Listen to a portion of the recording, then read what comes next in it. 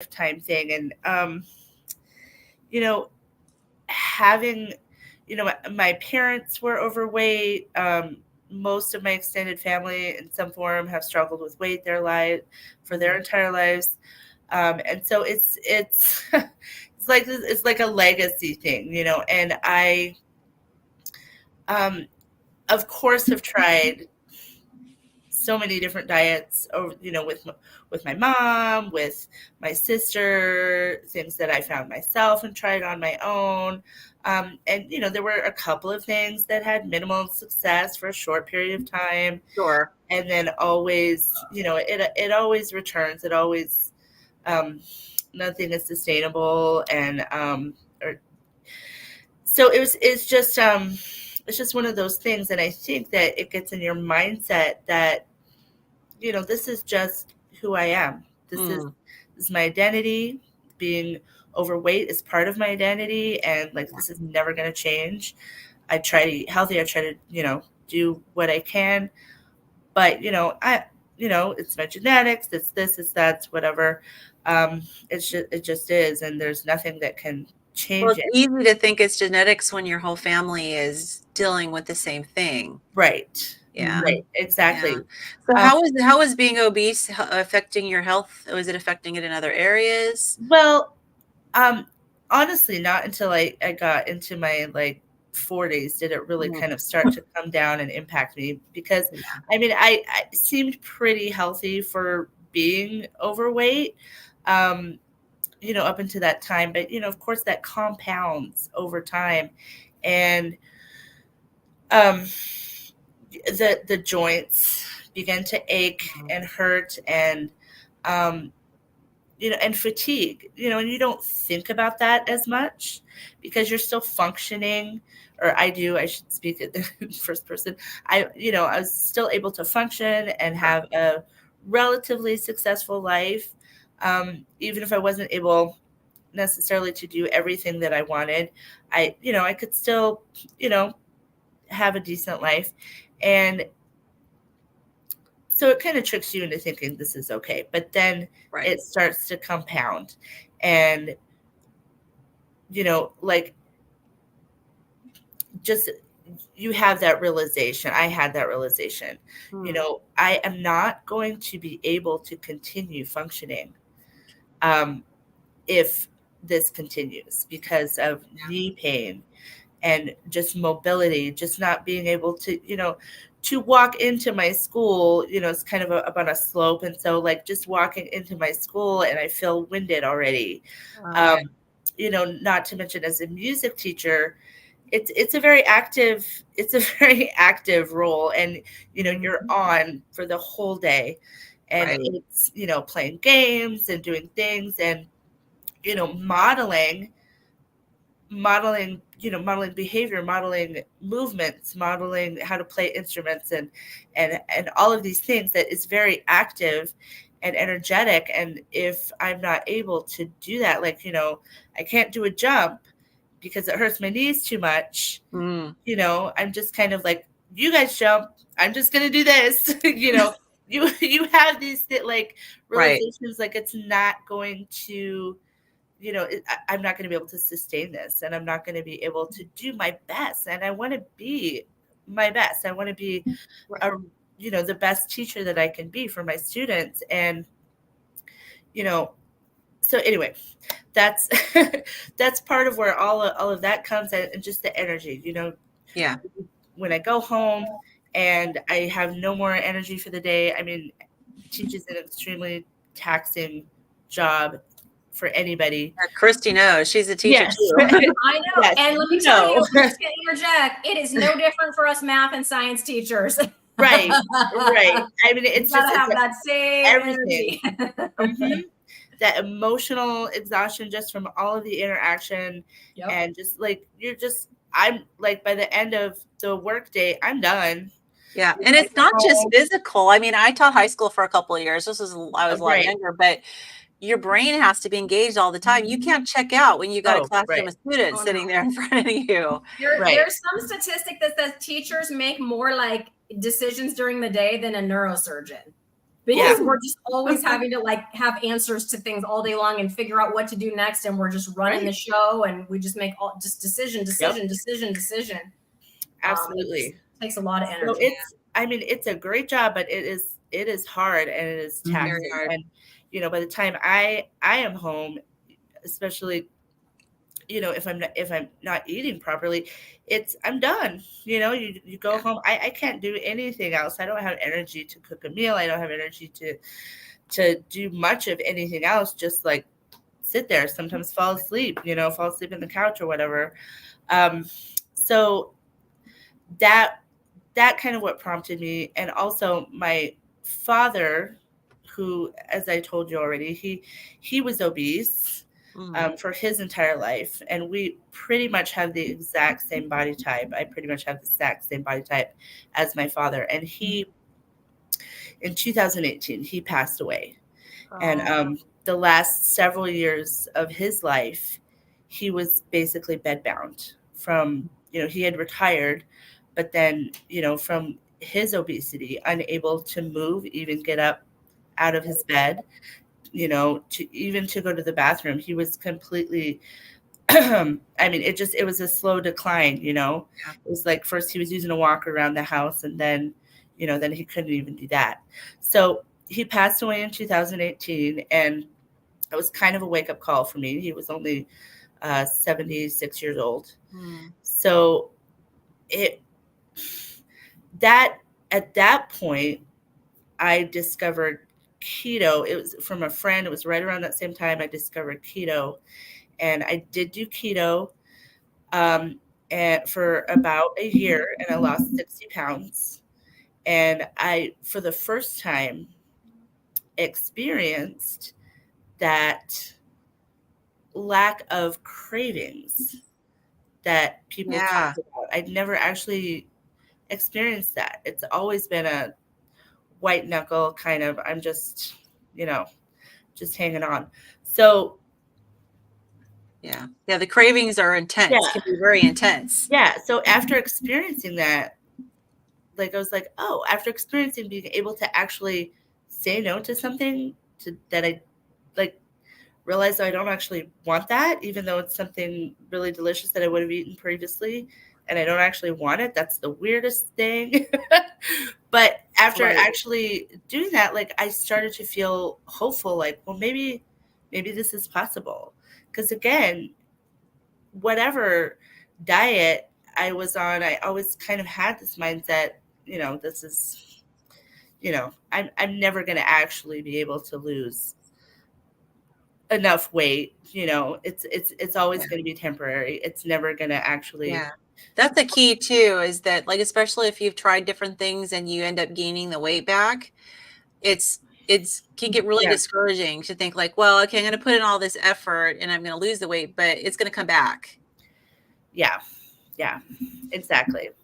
So I had that success on keto, but then things happened, including the thing that happened in 2020.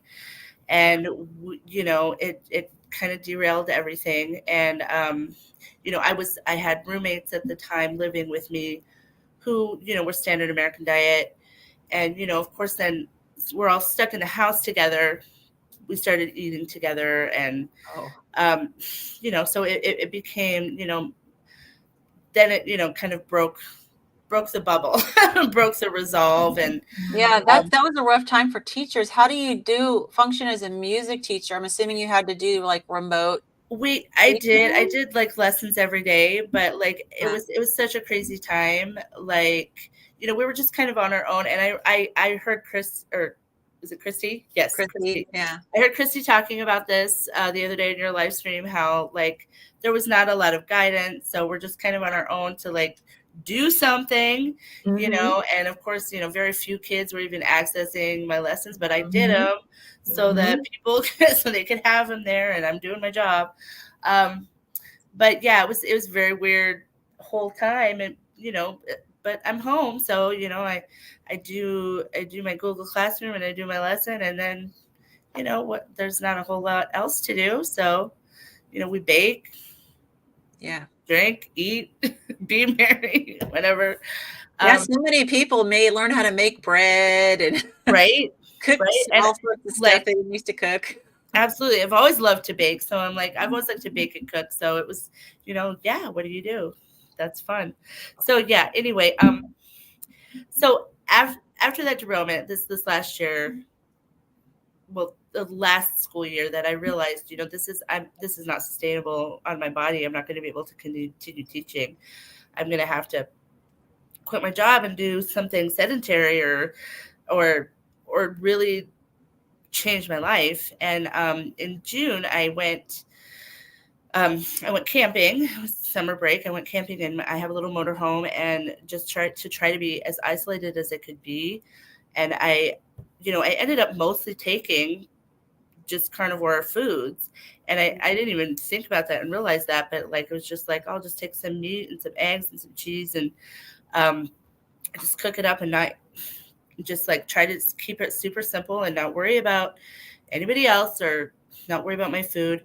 And I was in a place that I could get a signal, and I ended up watching, a lot of YouTube videos, and I came across Bill's story that carried Bill Knott. Bill Knott, yeah.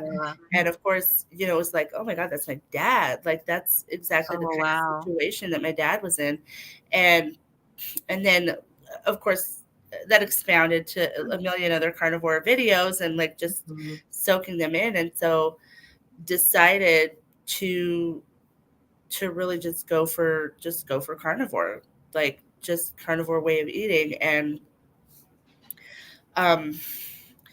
the first couple of weeks were, even when I got home, were a little, I didn't feel great, but then I started to feel really good, and I didn't lose a lot of weight, but all those other things changed, and things you don't even realize, like, right. Like thinking more clearly, and my food, and my, like, I kind of felt before, like I have a little bit of anxiety and depression, that I always just kind of buck up and fight through. But like, it was just like, it wasn't there. It wasn't necessary. Had you struggled with some mental health issues before? Just like, sort of like, just like that kind of, where you just feel heavy, you just feel like, like just kind of hopeless and overwhelmed all the time, and a little bit anxious, and just, down on the world, just and I mean, it's not like, but it's not like you were buried in your bed all the time, right? You just like, didn't have the joy. Still functional, still able to interact with people, and be friendly, but but that kind of mild level of depression. And I think a lot of people have that, don't even realize it. They're just walking around and just think, oh, this is just life. Life isn't great. So I would like to say that 3 out of 4 of us, I don't know about you, Lynn, but I don't think so. I think 3 out of 4 of us are accidental carnivores then. I was just going to say that, because Carrie, I was going to say, Carrie, you want to tell her what happened with you, and you accidentally fell into carnivore? Yes. Okay. It was either December the 26th or the 27th of 2022. I have a neighbor who works for a food supply company, and he brought me these boxes of meat. Like, it was bologna and Canadian bacon, regular bacon, burger patties. And I mean, I ended up having to give some of it to my daughter because I just didn't have enough room in my fridge and freezer for it. And I just started eating off of all of that meat. And I was already not eating very many vegetables at that point anyway, because I'd actually started low carb in 2015 and just gradually worked down to like what you call ketovore, where you might have a little bit of veg. But what is really shocking is I found myself just eating the meat and no veg at all. And the next thing I knew, I was scrolling on YouTube and saw all these carnivore videos, and I was like, well, wow, I guess I'm a carnivore now. It didn't even really occur to me. It just kind of happened. So you're joining Christy and Carrie as accidental carnivores because you just went on a trip and happened to pack all this carnivore stuff. We need to do a stream or a series called The Accidental Carnivores. Yeah, just kind of have people come on and just tell their, how they just kind of, because sometimes it's almost like fate or something. It's really weird because, see, I had suffered with panic attacks and anxiety since I was 20 years old.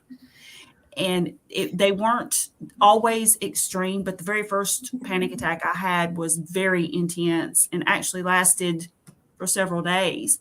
And I would periodically, just throughout my adult life, have panic attacks. And I would struggle with anxiety to one level or another, and with social anxiety too. So I've discovered, I'm not exactly sure at what point, it was maybe like a couple of months into carnivore, and I realized my anxiety level was just like, I was calm. Anything that came up, not that it was fun, not that I was happy about it, but I was just able to deal with it. Yeah. And the sense of well-being, it took me maybe 5 months to get into it. Like before I actually started feeling this overwhelming sense of well-being, which is like, and I know that when, Carrie and I were talking the other day on his channel, we were talking about the mental health benefits and how, he was expecting maybe to get up to neutral, right? And to actually feel good is amazing. You do have a question for you from Mike's Life. He says, what one thing would you change on your carnivore journey? Oh, I mean, I can't really change anything in the past, but like, I don't know. Like I think, well, if I could change the past, like I wish that I would have kind of discovered all of this before my father passed away. And, but that's life is life. Do you think that he would have tried it? I think he would have. I mean, maybe it's hard to say, because even when I first saw like people only eating meat for so many years, I'm like, no, that's impossible. That people don't survive that.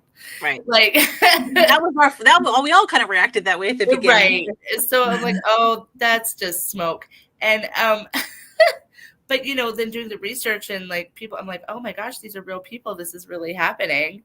I think maybe that he would have tried it. We were raised in a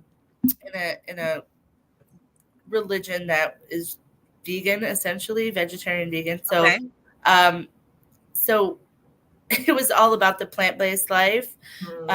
Most of my growing up, and like my father was really into that. But, it didn't work for us as far as that goes, even though, we wanted to be healthy. It just wasn't working. So, but I think he might have tried it if he had, because we did incorporate meat later. But it's, he did eat meat, but it's, I don't know, something if he would have seen it, maybe he would have tried it. Yeah. Well, you could have at least shown him a little bit better the videos, the other carnivores, but no, I totally get that. Now, how is your like joint pain now, and your stamina and all those body aches that you were having? Well, I mean, I totally derailed the last couple of weeks of December. It just like crashed, but yeah, it was actually, well, and see, that's the thing. I was feeling a lot better, and keeping up that, like, the inflammation just reduced so much. My energy increased so much. My skin cleared up. I've always been very prone to sinus infections, and like that, like I wasn't getting sick. Those things. And just the energy and mood, like I was able to function. Like I've been having a really good school year because, I don't dread going into work, and I'm able to get enough planning done, get my stuff done and do the funner things. So Yeah, it helped. Are you able to climb that hill yet without feeling out of breath, or is that still in the process? Well, that is still in the process. I mean, I'm not, like, probably not as much out of breath as I thought. Thinking about it, I was today going back. It was like, ugh, but now if I went to Colorado, after I'd be out of breath. Yeah, after eating really poorly the last couple of weeks, and just kind of seeing that change in my body, I like going backwards, and I'm like, no, this we can't do this again, because it's almost instantaneous. Like it creeps on. Like I'll sneak this or sneak that, or just like, oh, have a little bit of this, a little bit of that, and it's fine until I'm like just feeling really and the pain in my joints, and just even when I get up out of bed, like just achy and creaky. And then even like, because the last few days being strict with my eating and like staying on carnivore and finally trying to get a hold of these cravings, that I feel like that is almost instantaneous for me. Like I was like, huh, like I actually have energy. Yeah. Goodness. Wow, that's amazing. Like and then you just realize, like, oh yeah, I was feeling really bad because this is way better than what I was feeling.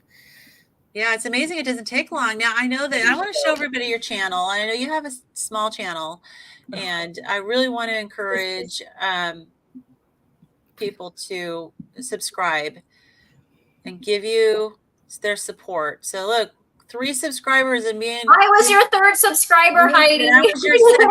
Okay. Everybody else, jump on with me. Yes. So Heidi has some videos here. Like she's just kind of getting going, posting some videos. 3 subscribers. Yeah, but she's very real, and I think that's one of the things that I appreciated when I found your channel. I watched your video. Is just to see, that you're very honest about the struggles that you're having. It's hard when you don't have the people around you, who are doing this. And you want to share a little bit about like how you were like, you were kind of in the dumps last month, but like just what you were experiencing at school, at your work, and that was really causing you to struggle. Well, it work constantly, but especially around the holidays is, the constant treats coming in, available in front of your face in the teacher's lounge, people bringing them to you, offering them to you. It's, and that's very hard for me. And it's not, at some point the cravings go away, and I don't really want that. But there's a mental thing that's going on that is how my relationships are tied to food, and how I connect with people, and that, also with my family, and how food is like almost another part of my family, and has always been that kind of connection in our family, how we show care, show love, connect with each other, those kinds of things. That is, I think, the harder part for me to overcome, because it's like, lifetime of conditioning and associations, and so that's like the hugest part. That's hard for me. And your family, I mean, do you tell them the way you're eating? Basically, I've told them that I'm back on keto, but I am honestly kind of afraid to say I'm just eating meat, because they're already kind of freaked out about keto. They're like, I don't know about that, Heidi. That doesn't sound right. Even though I lost that 60 pounds on keto, they were like happy, but like, again, like they have resentments too when I'm not eating what they're eating or what they're offering, and it's, Yeah. So it's a little bit difficult. So I haven't really told them about. Do either of you two have any advice, or anyone in the chat? That's a tough situation. Do either you have It is tough, but I will tell you, as a 7-year veteran, starting with low carb and then moving on up. I mean, I guess my family's just gotten accustomed to me being this weirdo. They don't say anything anymore. And I mean, I'm weird in more ways than one. Yeah, I'm weird in more ways than one, but this one is embrace the weirdness. I just embrace it. That's right. I'm just being me. I would like to think that I'm going to be that quirky grandma and great grandma, the one that all the grandkids are like, yeah, she's cool. She's got a YouTube channel. My grandson was actually talking about that on Christmas. He was telling one of his friends that came over for Christmas breakfast, and he was saying, yeah, Gaga, they call me Gaga, and he says, yeah, Gaga's got a YouTube channel and everything. It's too funny. But anyway, and it is hard when you're the only one. I mean, I've gone through work situations. I've gone through, like, one time they had a pizza party, and you're encouraged to participate. It was like a meeting, and then they brought in pizza for everybody. And I mean, they brought in the pineapple and ham pizza, and they brought in the one with the chicken on it. I mean, they tried that. Then they had a vegetarian one, but there was none that I could eat. Well, you know what I'm saying? Because I mean, it was all pizza. So you know what I did? I was sitting there right in front of everybody, and I was like, you know what? Forget it. I just scooped the toppings right off of that pizza. I did. I scooped the toppings off. And I mean, I know that was before I was carnivore. That was back actually pre-pandemic. But, that was just one situation that I was in. And I mean, people just started realizing, I think at that point, like, yeah, she's different. And yeah. And Annabelle says she's on a sugar-free, diabetic-friendly diet. Nice. And then, what I've done too is, I mean, I've just kind of stuck to my guns. And I guess in a sense, I've just become kind of like, I don't care what other people think. And it takes time to do that, because I have not always been that way. And with carnivore, I think that's even helped me more with that. It is to just having this, I'm going to be me. I'm going to do this. I feel my best eating this way. There is nothing that's over there that is worth me losing this feeling. And I can tell you that this past Christmas, and I ate bacon and eggs at the Christmas breakfast. That was it. I did have on Thanksgiving, I had too many sweet potatoes, but that was the only thing that I had that was not on plan at Christmas.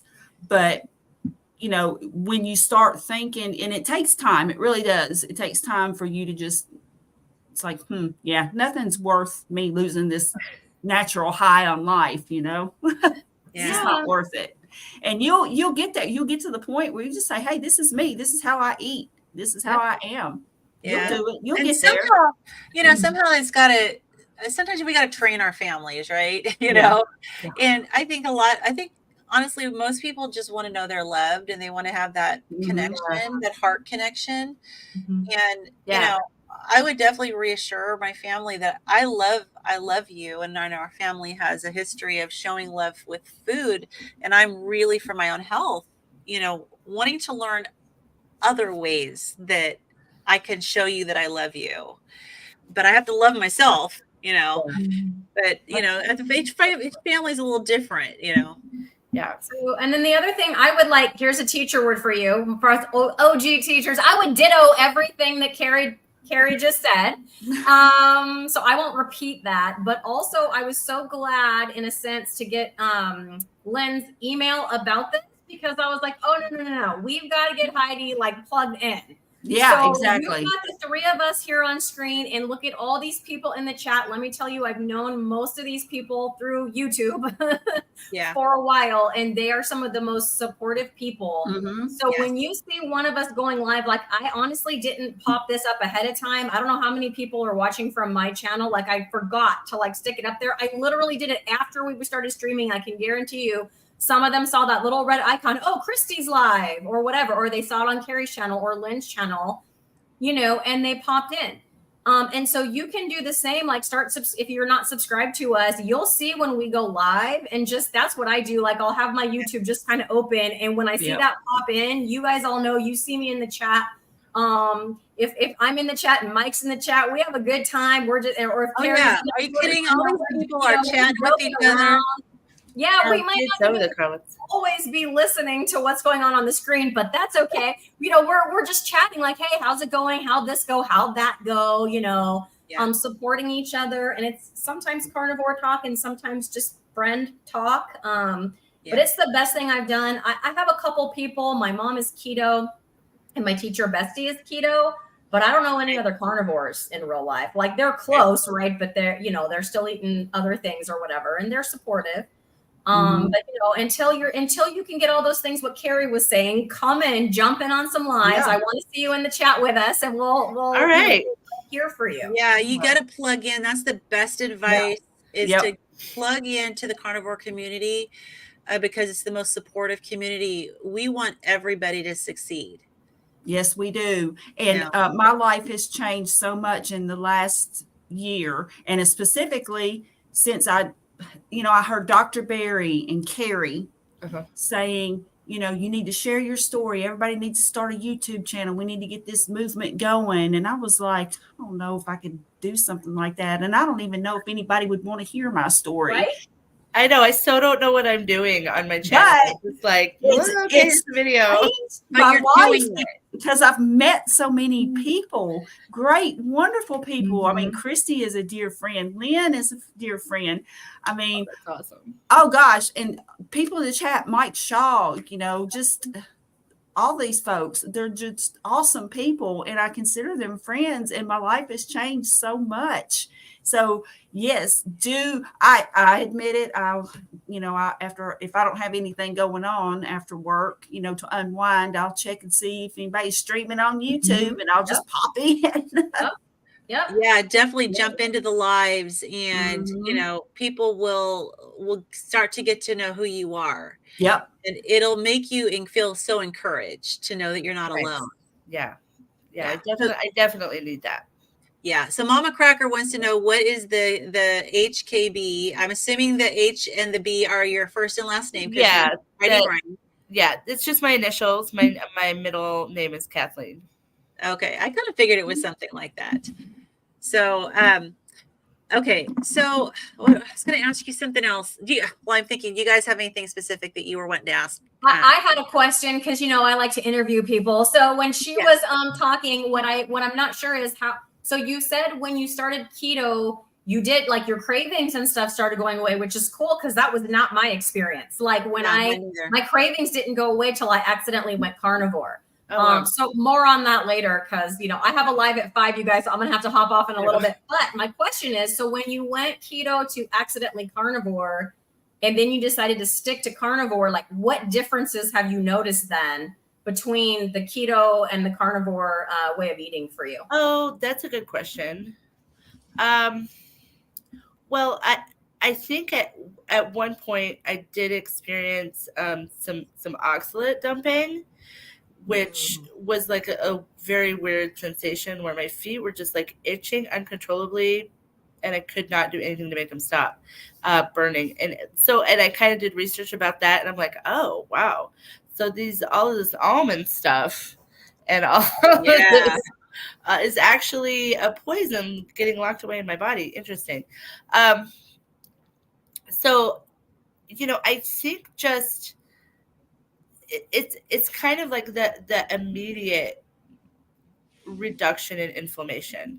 Like I did lose weight on keto, and I did have more energy, and I did lose the inflammation, or it reduced, but it was more gradual. And what I find now is that if I like I said, this past, well, not these past couple, I've been like basically strict for the last week, but the couple of weeks that I really derailed, once I got back on and I did just straight carnivore, like the change was almost immediate to the reduction of inflammation and the increase of energy and the mood increase.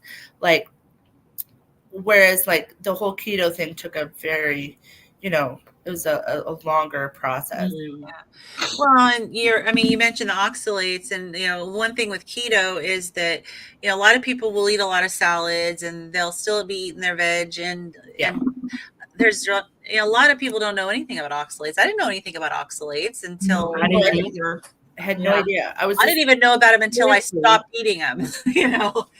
Yeah, I was still in my motorhome and I'm just furiously looking up anything that could possibly help me, and that like popped up somewhere, and I'm like, well, yeah, I kind of have just been eating like this for like a week, and maybe that's it.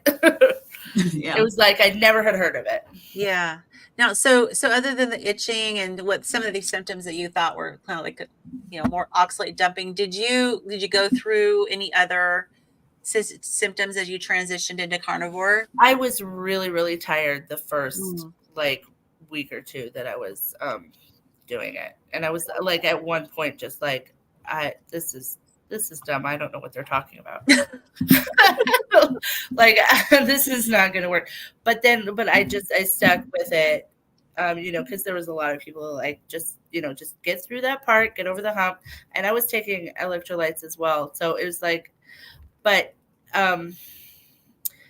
which by the way, electrolytes made me feel so much better, which is another thing I think people don't realize. Like, whoa, those really do help you feel better. Anyway, so, but after that, like everything else, I still didn't lose a lot of weight. The weight was very slow coming off. Still has been very slow. But then after that, it was like, but I feel so much better. So yes, I am going to be continuing to do this. Yeah. So. Yeah. I just posted the link to this stream if anyone, out there. I see Nicole's out there and watching.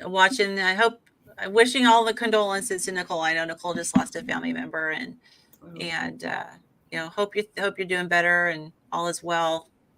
And have you watched Nicole's channel, Former Fat Girl? Oh yeah, I have watched a couple of that. Yeah, she's here. Because I was she has got some fabulous material because she talks about food freedom, and that is just something that I think is just totally left out of the discussion in terms of dealing with, and honestly, I believe your situation would, be something that Nicole could help you with, like some of her videos and stuff, because she talks about the reasons why and things that maybe that are suppressed or just whatever, just all different kinds of things that factor in as to why and how we eat it. And likewise, for people who don't eat, like I'm sort of there again, I'm the weirdo, but I tend not to eat. I've always been that way, but especially on carnivore, it fills me up so much. So I have to actually make a conscious effort to eat. And so being cognizant, though, I think is key, no matter who you are, of what you're putting in your body and the reasoning why you're putting it in there. Because like whatever I eat now, I know that it's going to give me sustenance. It's going to make me feel good. It's going to give me energy. It's going to help me bulk up, build some muscles. Hopefully I'll get some of them butter boobs that the other girls talk about. I haven't. Oh, is that a thing? I would love that. Oh, that's a thing, Lynn. That's a thing. I haven't heard that term. Yes. I haven't heard that either. So share more. Okay, so it's the first place I lose weight, and it's the only thing I want to keep. Okay, so Heidi, keep me posted on this because I do have to jump off soon, but we could talk more later. I want to interview you on my channel too, and we can talk about it more then. But I gained and lost. I never had a ton of weight to lose. It was like the same, like 20 pounds over and over. But yes, that would be the first place it would go, and then the hips would go last. But like on carnivore, I didn't lose any of it. They just hung around. I was like, yes. Can some of the weight move up? Right? No, you wish. Can I just take a couple of pounds off the old thighs? Not that I'm necessarily lacking, but at 55, things start to change. Hush, I'm 48, okay? I got 7 years. Oh, I'm sorry. Never mind. It's great. Right, Carrie? Well, yeah, I know. I'm 57, and hey, I feel pretty dang good. Yes. So but if I could get the butter boobs, man, life would be the bomb. So I'm working on it. Yeah, the one area we don't want to lose, and your body goes, I'm losing here first. Right? First, have some answers. Also, there's a couple of people, like I'm interviewing Kat at 5, so I know you guys are busy. Like, stay here, don't leave Lynn, but come back and watch the replay on my channel later. But Kat at Meat Fueled Living was a former vegan, as well as my fellow Lioness Lifestyle host, Haley at Meat Is Where It's At, former vegan. So, those people have a kind of a similar perspective, coming from that place, going to carnivore. So those channels might help you also, because they share their, their journey and how they were that way and how they are now, and how their families are reacting to it and things like that. Yeah. Yeah, absolutely. And Carrie and I are part of a book club. We're just wrapping up The Obesity Code by Dr. Jason Fung. If you haven't read that book, yes, do. That is a good one, because he brings in all of the bad science and shows about behind all of the myths around nutrition and how they came about over the course of history. And he shows all these studies that were planned to try to debunk, a lot of them did debunk Atkins, right? And they ended up being unable to do that. And it's really good to have those resources at your fingertips, to know that it's actually scientifically based to eat this way. Yeah. Now, do you ever watch Dr. Philip Ovadia? I don't think so. I don't think I've seen that one. That's a good one. Because I'm thinking about, dealing with vegetarians, vegans, one of the things they're going to say is heart disease, right? LDL, your LDL is going to go up. Now Dr. Philip Ovadia is a cardiothoracic surgeon and a carnivore. And he is a good one to listen to, because he can speak directly to those things that people bring up as, an issue. Yeah. Do you have a lot of your family that still is vegetarian? No, not really.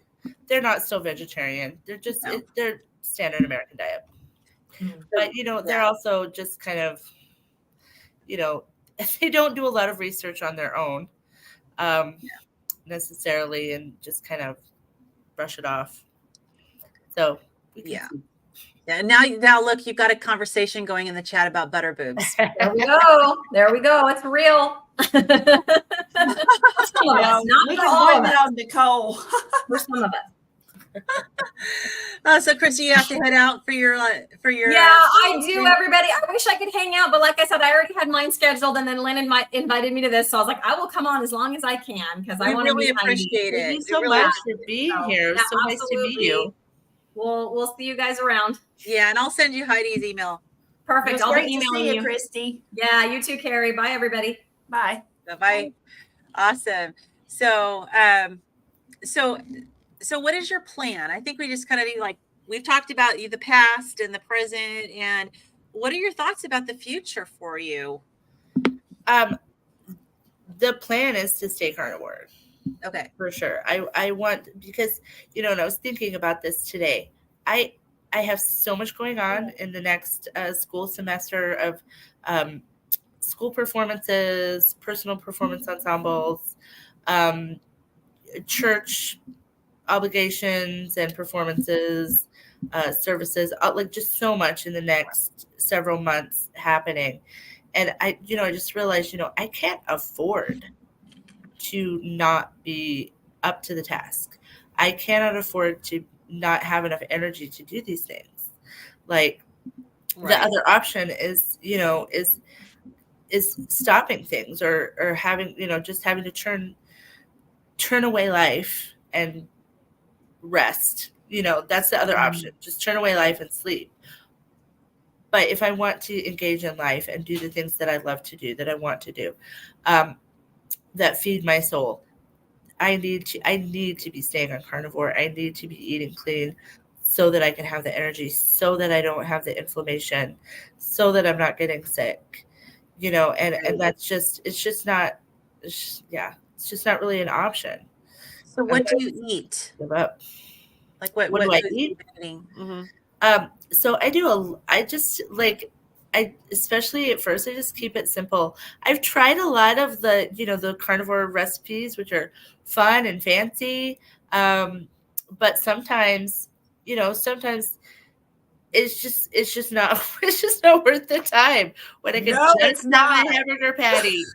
I could just have ground beef and throw a couple eggs in, and that's just as delicious. Right. I can just it's just throw some bacon in the air fryer and throw it on top of my eggs and beef, or I mean it's like the super easy thing. And I love eggs. You can do anything with eggs.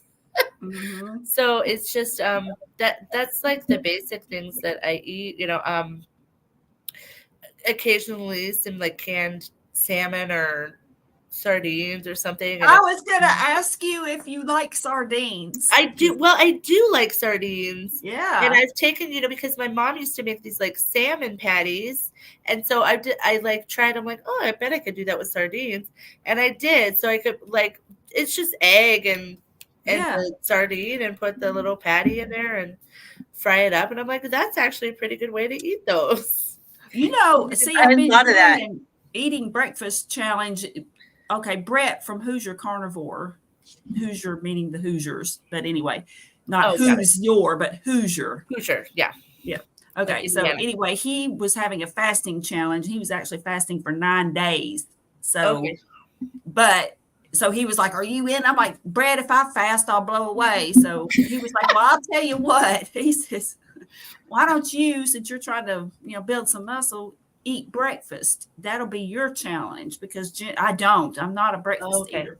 And the first day I ate, I think, like a burger patty and a little piece of beef bacon. I'm not a breakfast eater. And then the next day I didn't want anything. And then, but for one weird reason, it's like, I got sardines in there. I'll eat some sardines. And then so I said I was going to eat them. And then I was like, you know what? They probably don't believe that I really ate sardines for breakfast. So I filmed myself eating sardines for breakfast. And I had sardines for breakfast 3 times during this challenge. But I've also never tried sardines. I've gradually increased my food though. But so like I've had like a burger patty with a sunny side up egg on top with some beef bacon. Yeah.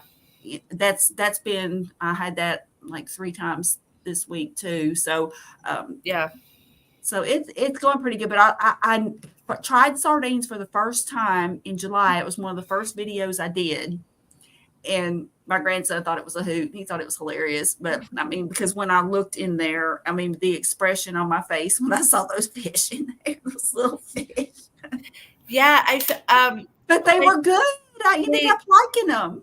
They are. And like the thing that's always like bugged me a little bit with the sardines is like the little bones and the little vertebra. And I'm like, oh, and I realized you could actually get boneless just in water. And I'm like, oh, and since then I'm like, oh, well, it's just fish. I mean, fish. Well, we were just, Kim, Nurse Kim, on our book club, we were just talking about sardines on our book club yesterday. And she brought out the one that she buys, but she was saying she was unhappy that it didn't have the bones. She actually likes the ones with the bones. Well, you can still get this kind with bones. Yeah.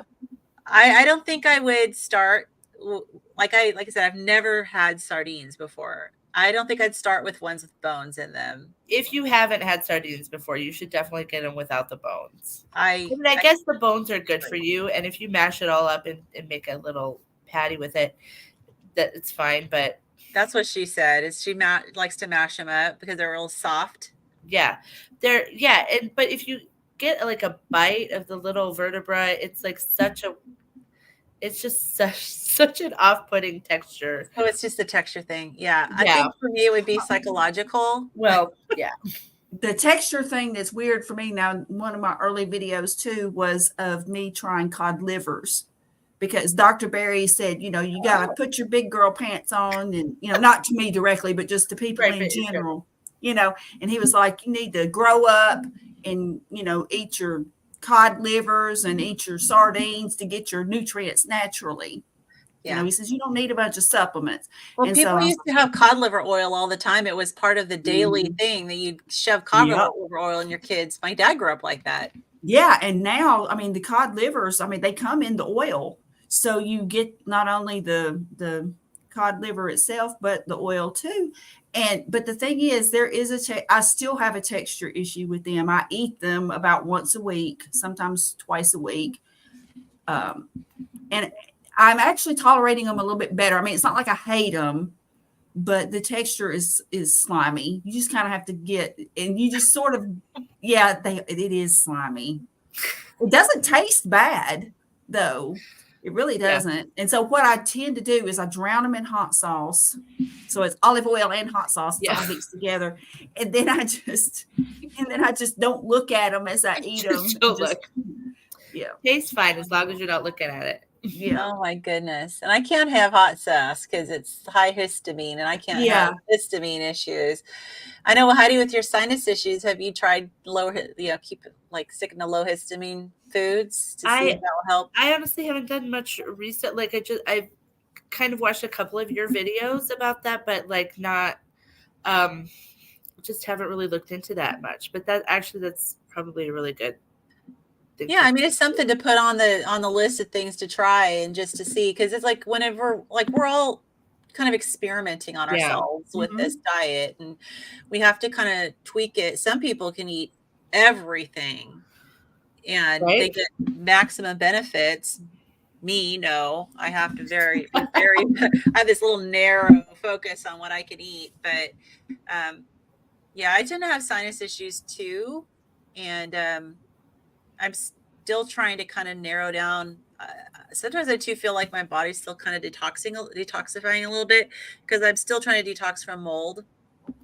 And I think that, I got tested positive for mold, and it's not in my house. Like I think I'm probably one of those people that can't clear it on my own. I find that, like, when my naturopathic doctor had me taking like hot baths, because I can't take hot showers because the heat triggers my reactions, but I could take hot baths and try to sweat and the mold out. And when I first started doing that, I noticed I was getting this white discharge out of my eyes. Interesting. And discharge out of my ears. So I think for me, the sinuses, it might be the mold. So if you haven't been tested for mold before, you might want to put that as a possibility. I mean, the test is kind of pricey. Yeah.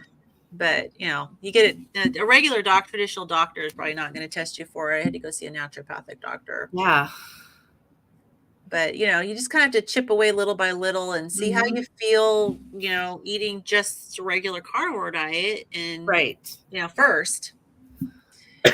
So, awesome.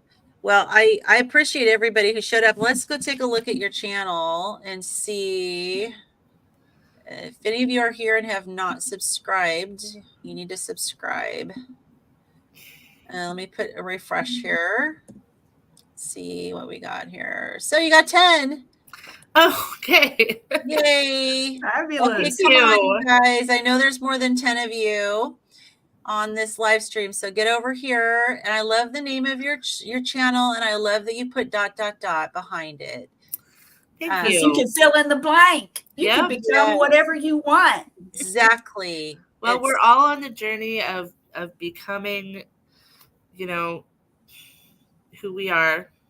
Exactly. Who we want to be. And it's, kind of got that double meaning. So what is your hope for what you'd like to become over your, obviously we know you don't want to be in the position that your father was in. Yeah. Because it's kind of terrifying. I want to become someone who is able to help other people, who is able to just live and thrive, enjoy my life, spend time with my family. That's quality time. That, we're out doing things, hiking, loving nature. I love nature very much. And to be able to be out in it, doing activities in nature with my family, with my nieces and nephews. And but I want to become a better version of myself. I want to become someone who's thriving and able to help people, because if I am not taking care of myself, or, I don't have the energy to give of myself, then, I'm not able to be there for other people. Yeah. Or do the things that bring me joy. Yeah. So I just, yeah. And as a teacher, obviously you went into being a teacher to help people, right? Because you want to be an educator. And I have, like, as a teacher, most teachers are very creatively minded, and I have so many thoughts and ideas, and, sometimes I just haven't had the energy to do the things that, to take the lesson to the next level, and to so I want to become the best teacher I can be. I just want to become the best version of myself. That's a fantastic aspiration to have. Yeah. Because, and I mean, there's good teachers, and I've had not so good teachers, but you can tell somebody who has the energy to put into to their work. Yeah.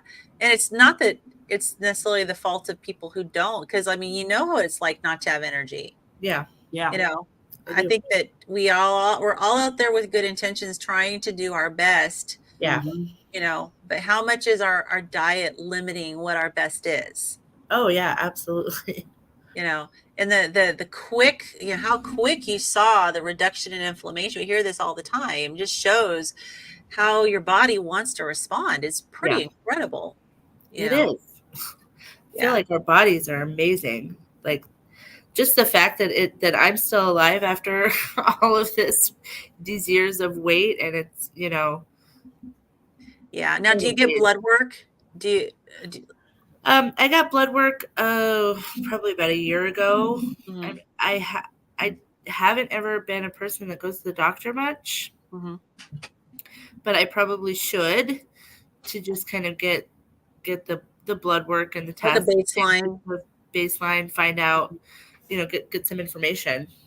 Yeah, and get your hemoglobin A1C, see where you're at with, and hopefully not diabetic and or pre-diabetic, but about a year ago when I did get a blood workup, it was like pre-diabetic.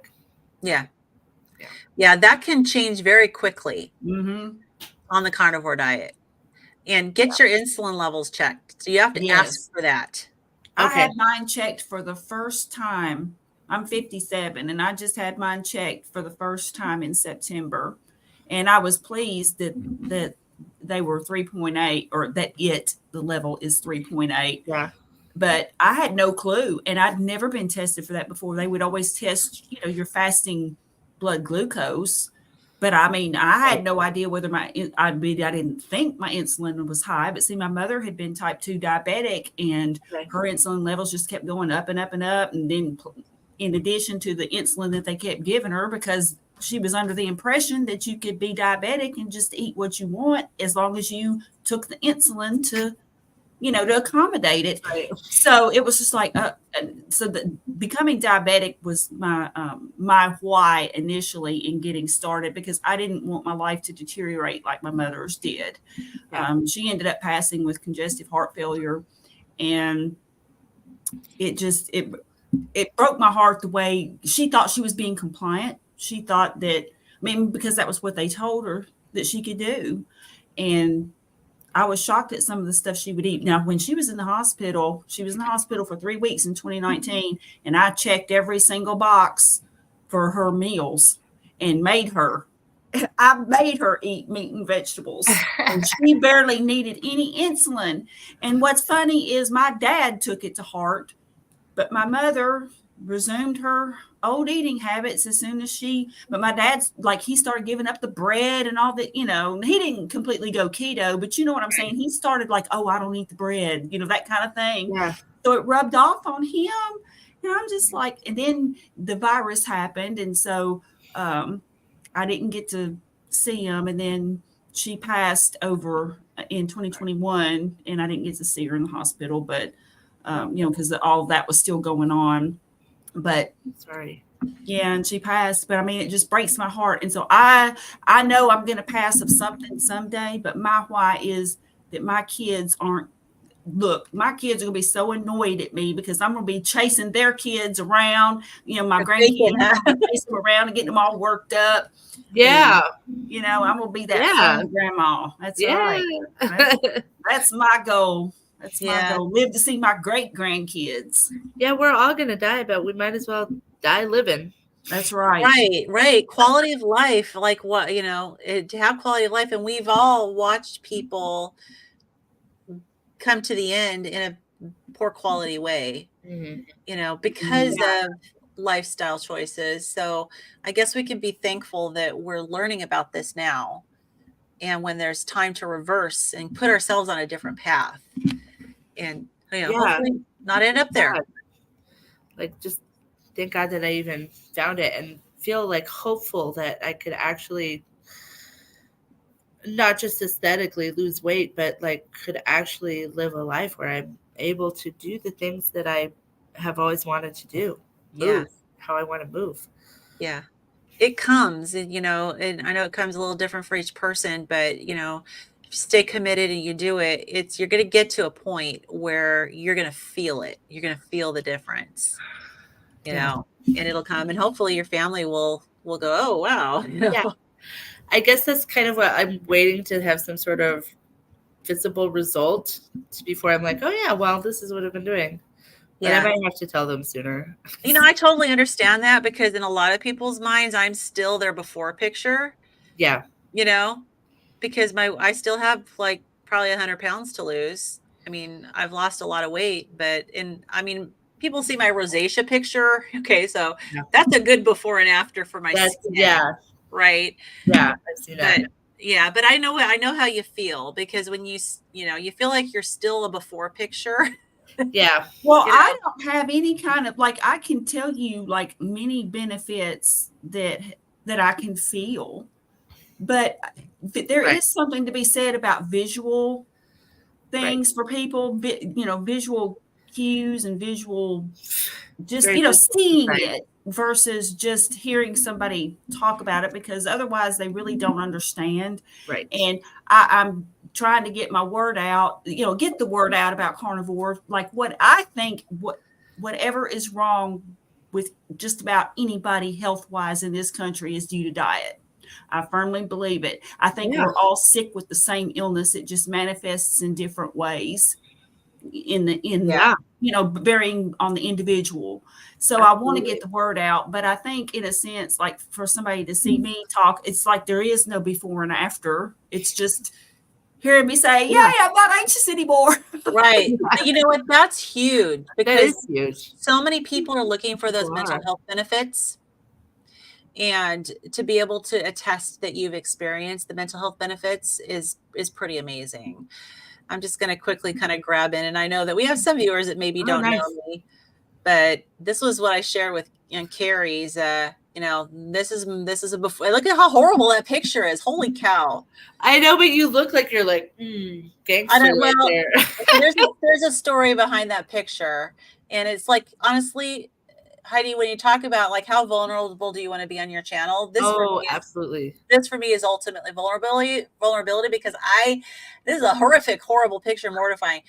But I was actually on the verge of tears here because my oldest daughter lives in Texas, and she had come for a visit with my granddaughter, who I'd never met before, who was just a baby. And it was my first time getting a chance to meet her, because I couldn't fly, because, it was back when they were still requiring masks on airplanes, and I couldn't wear a mask because the heat from my breath triggered a mast cell reaction. My throat would swell and I get dizzy. I wasn't able to be there. My younger went for the birth, but I wasn't able to actually meet my youngest granddaughter yet, other than FaceTime. And so she had come for a visit, and I got to meet her. She was with us for several days, and this was as they were leaving. Oh man. My youngest to take them back to the airport, and I had to say goodbye, and I was you know, they had just gotten in the car and I'm sitting there like holding back tears, which I was very unsuccessful. I ended up crying. But yeah, I was literally like, oh my gosh, I don't want her to leave. Right.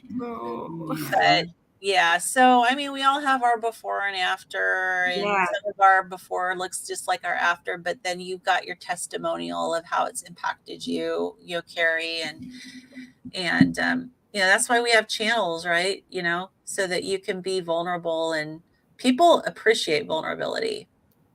Well, and also because I'm different because I'm trying to actually like put on a little bit of weight and bulk up some, and so I remember when I first started Carnivore, because I had lost some when I went keto back, you know, a few years ago. But then as I got to, you know, when I did Carnivore, I lost like 15 more pounds. And I knew my clothes were getting loose, but I didn't realize I had lost that much until I had gone to the doctor. It was just a routine visit. And they were like, "Are you losing weight on purpose?" And I said, "No." And then they said, "Well, do you eat meat?" And I was like, "Yes, lots of it." And they were like, "Oh, good." They thought I was vegetarian, I guess, and thought or vegan. It was funny. It was really funny. But so I didn't get any pushback on saying that I eat lots of meat. That was all I said. That was the only thing that came up about diet. So I think they were actually concerned like I was vegan or something. But I said, well, no, I'm not losing this weight. I eat, you know, I do eat and I eat meat. But so I'm hoping, but I was looking for somebody out there who was like me. And I found a few people. There was like Aaron, this guy named Aaron, who used to be a vegetarian actually, or he might have even been vegan. But anyway, he went to Carnivore and he was so thin when he first started. And then he, you know, has workout videos and just stuff, tips and things that he did. So there are a few of us out there. So I'm hoping that maybe the next version of me that comes out, you know, somebody who's looking, maybe they'll find me and be like, oh, okay, there is a weird oddball just like me out there. Yeah. Well, I think you talking about your anxiety, I think that's a huge thing, because I really think like the nutrition, like you were saying, is one of the reasons that there's such a rise in mental health and in mental health issues. And I think that's a big thing for you to talk about and get out there, that how your depression and anxiety has gone away from your diet, because the poisons of the carbs and the sugar that are like literally poisoning our bodies and changing our brains and making us not work properly. We don't think about those things because it's not visual, but so many people are experiencing them, and so many people need help from, you know, a release, a freedom from those, you know, conditions. Yeah. Now, do you see a lot of, I mean, I'm assuming you've been a teacher for quite a while. Have you seen over the years changes in students as their diets have gotten worse and worse? Oh, yeah. Oh, yeah. I mean, there's just the anxiety is just rampant, even with children, you know, or like autistic spectrum disorders, but just even on a, you know, on a milder level of just kids being just a lot more fragile, essentially. Like they, you know, they just can't handle things coming. Well, the last few years, I'm sure didn't help. Like, well, no, not at all. But it's because, you know, their brains have definitely changed, because they're just, you know, mostly eating standard American diet, and most of that is sugar. I mean, so much carbs, so much sugar that most of them are eating. That, you know, and I work in a Title I school, so there's a lot of poverty, and it you know, that's what they get. There's just it's not good. They have a hard time concentrating. You know, the ADHD, all of it. It's increased immensely. Yeah. What do you see as the school feeding them? I mean, do they try, or is it usually they try? I mean, they're trying. We, you know, there's national laws requiring various things for them to actually serve, and they're required to take it on their plate whether they eat it or not. So I mean, it always has a protein, but there's also always carbs and vegetables.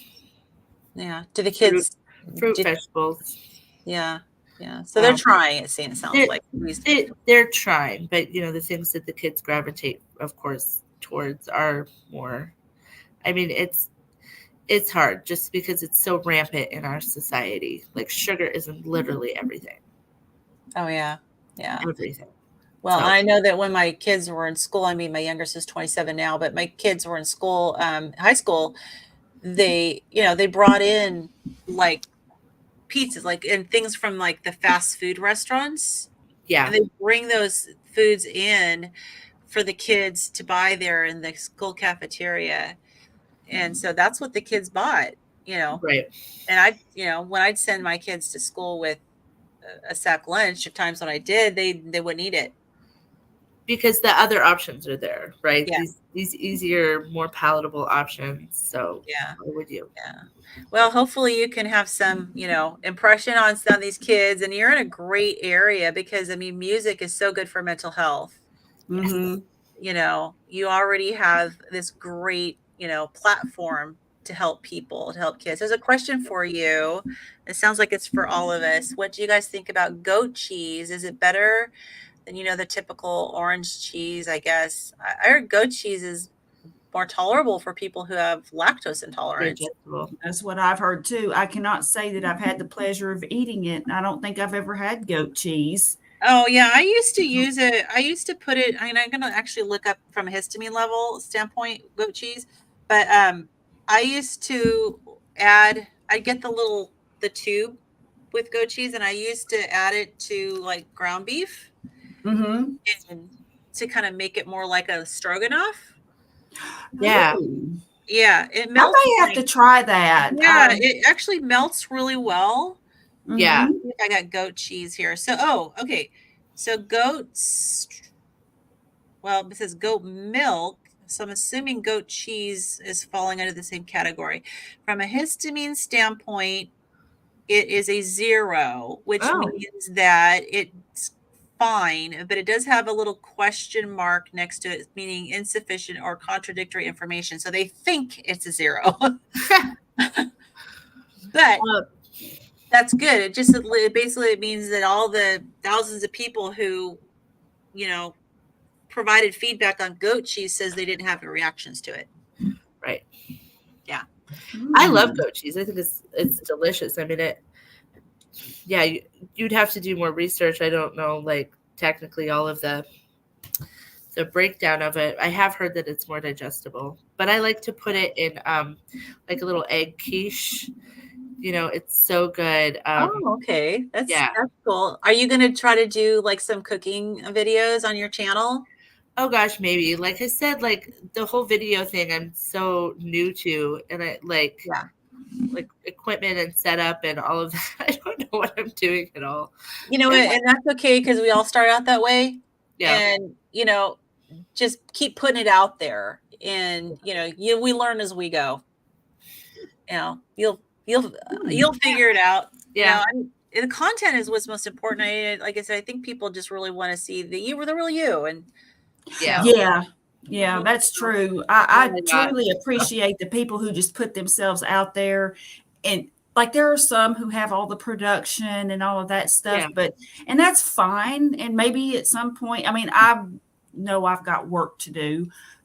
However, I still think that when you can tell a person is genuine and they're sharing and they have a caring heart and they want to help and they're learning and they want to share what they learn with others, that's what makes a channel great to me. I mean, I don't care about all the flash and dash. And I would venture to say that most of the carnivores don't care about that. They want to see real stories and they want inspiration and also to be a part of a community and a group.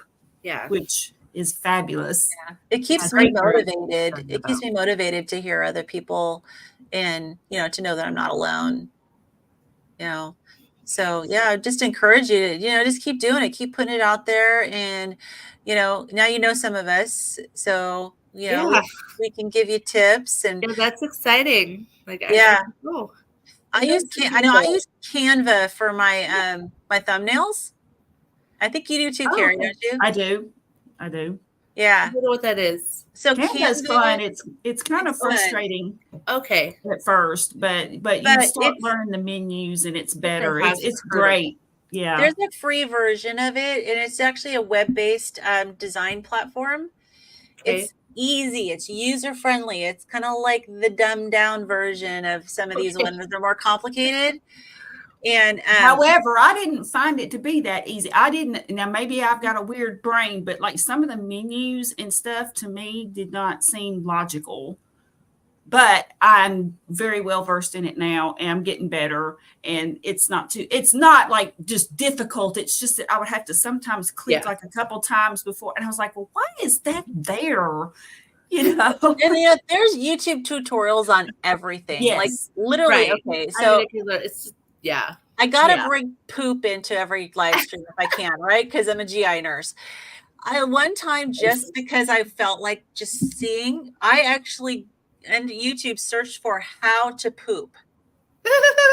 And I found a whole bunch of videos. Oh yeah, I'm sure. And I wasn't looking for like how to poop better or how to prevent constipation. I was looking for literally how to poop. Like, and there were like 3 videos that actually answered that, like step by step. You find a bathroom, you know. Oh my goodness.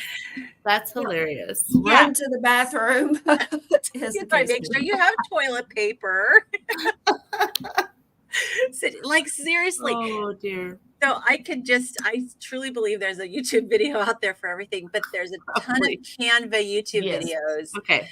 And you can go, like there's a button up at the top that says create, and you can actually search for YouTube thumbnails. Mm-hmm. And so you want to make it that'll automatically give you a template that's the size of the YouTube thumbnail that you need. And then and then you can go to design and also type in YouTube thumbnails. It'll pull up a ton of templates. Like this just sounds like a wonderful rabbit hole to just like, if I had the time.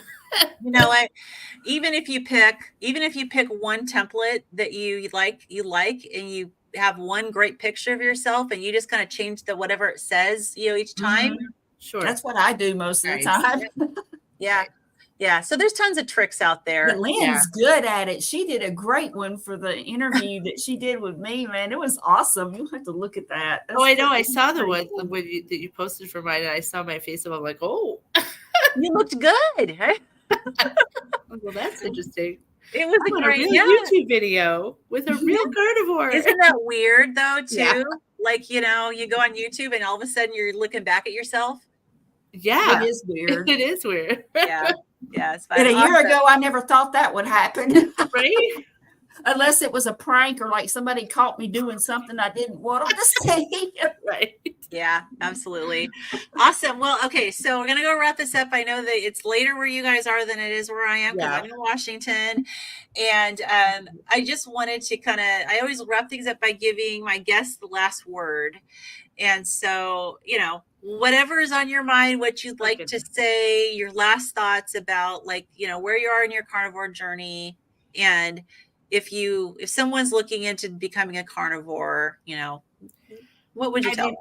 If anyone is out there looking into trying it, I say just go for it. Like, see how it goes. Get through the hard part, and then see how you feel. I think that's just how everybody has come to it and realized, like, well, gee, I feel great. Why go back? But but also, I think it's important for me, especially to myself, to acknowledge that there's, in addition to this nutritional stuff, that I need to focus on right now. That's the urgency, that I need to do a lot of emotional work, because there's a lot of emotional work attached to my relationship with food.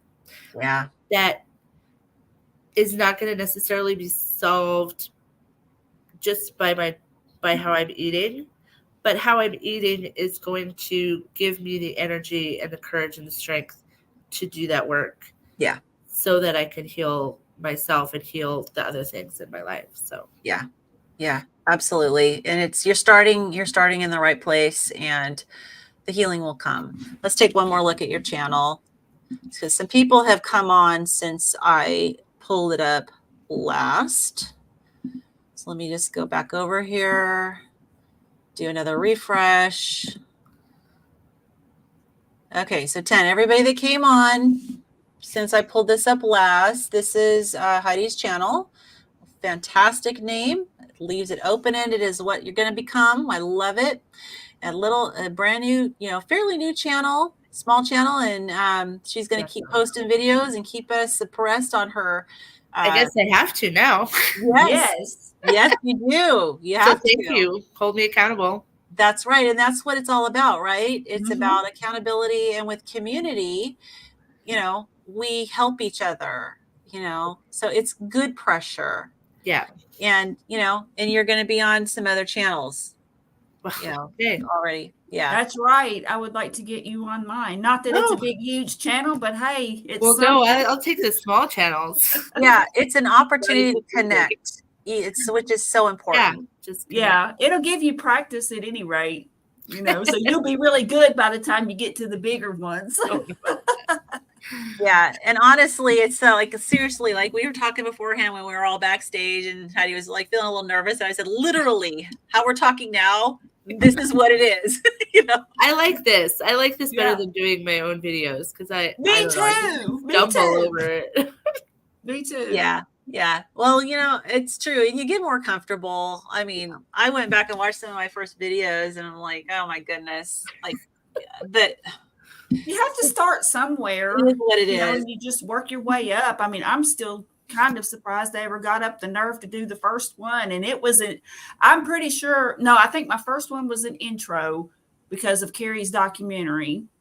And then the second one that I did was the sardines. Imagine that. But, ugly face and all, when I looked in the,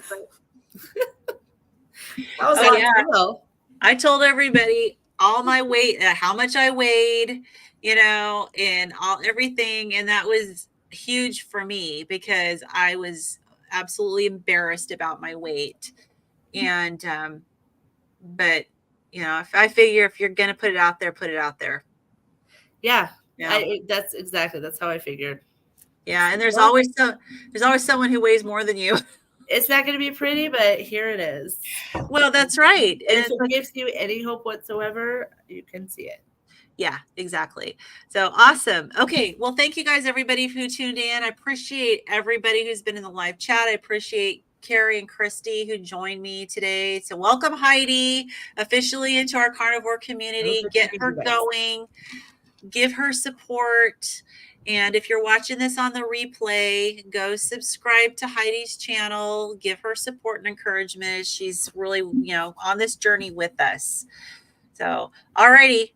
I'm going to go ahead and say goodbye to everybody, and I'm going to call it a night. Thanks, you guys. Thanks for joining us.